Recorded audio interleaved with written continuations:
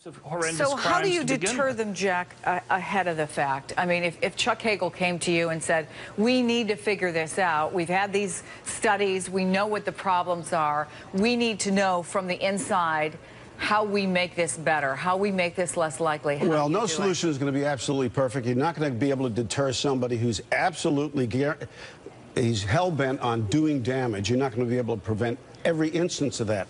What has to happen is that prudent commanders have to be prudent.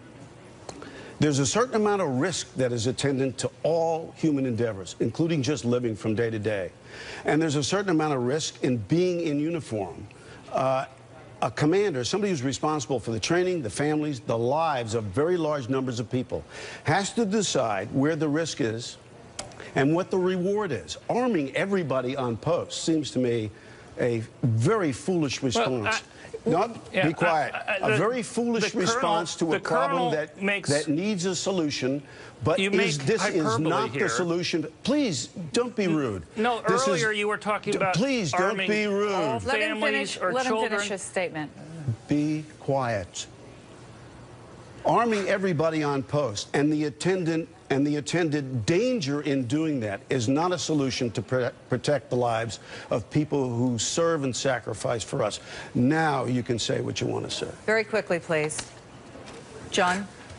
There's a lot of hyperbole that's here. Nobody's talking about arming kids, as you were mentioning earlier, or arming all civilians. This is a military base, and nobody's saying you have to go and have everybody that's armed. Just the fact that some people might be armed there, not just depending upon the military police.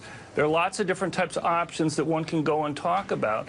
But the current rules mean that the killer knows that he's not going to be facing opposition there.